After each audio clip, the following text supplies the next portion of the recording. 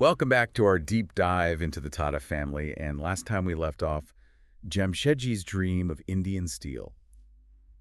Well, it was hanging in the balance. It really was. His son, Dorabji, steps up to make it happen, but talk about pressure. Oh, immense. To pick up where your father, this visionary, left off, I can't imagine. No, it's one thing to dream it, is another thing to actually build it, right? Yeah. Imagine being tasked with building India's first steel plant. I mean, this is not just business. This is nation building on a scale that no one had even attempted before in India. Yeah, exactly. Dorabji and his father's old friend, Sir Sapurji Saklavala, they basically became explorers. Oh, really? Yeah, they went on these crazy expeditions into the middle of nowhere, Orissa, Bihar, Jharkhand, looking for the perfect spot to build this industrial behemoth. That's incredible. It's like trading the boardroom for the jungle. Oh, absolutely. I mean, we're talking dense jungles, tigers roaming around. There's even a story about a tiger attack during the construction. These guys were serious. Yeah. But they found their spot, Sakchi, right near the iron-rich Merbauj district.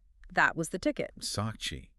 It was destined to become India's steel city. It was. It had everything, rivers, coal deposits. It was strategically located. You know, it's like the stars aligned. So they have the perfect spot. But funding a project of this scale. That was a whole other beast. Remember, nobody had ever even attempted anything like this in India. So how do you convince investors to take that leap of faith? Right. Did they, go to the Maharajas and ask for money? Dorabji went straight to the people. In 1907, Tata Iron and Steel Company, TISCO, they launched a public issue of shares, 20 million rupees. They put their faith in everyday Indians. Wow. And what happened? It was a smash hit. The response was overwhelming. They had the money they needed within weeks. Can you imagine the excitement, right? Being part of something so huge. Okay. And in 1912, the first steel ingot rolled out of the Sakchi plant. It was a new era. And, Sakchi, it was later renamed Jamshedpur in honor of Jamsetji. A fitting tribute, I think. I love that. Talk about a legacy. But Jamsetji, he wasn't done. He had another grand vision up his sleeve. Oh, tell me. Electricity. Of course.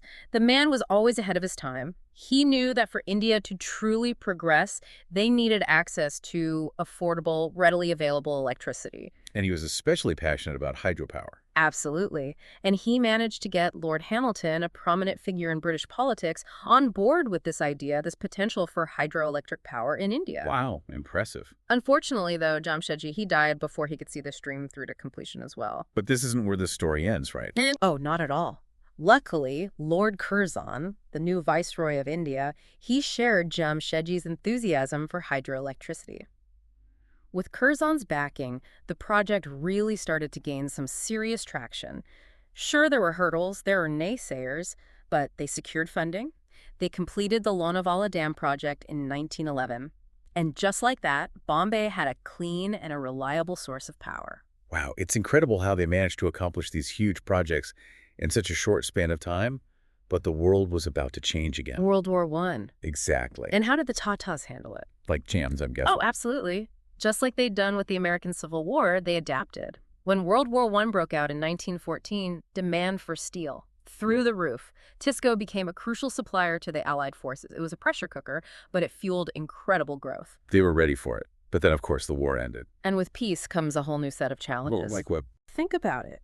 Suddenly, the market's flooded with steel, there's labor unrest, and one of TISCO's major clients, Japan, they get hit with a devastating earthquake.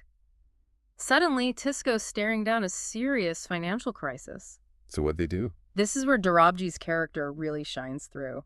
He made huge personal sacrifices to save the company. Like what? He even mortgaged his wife's jewelry. Can you imagine? Talk about putting everything on the line. Wow. But he was that kind of a leader. He got loans, he rallied support, and eventually steered TISCO out of that crisis. That's like one thing after another with the Tatas. They get through one challenge and then another one pops up.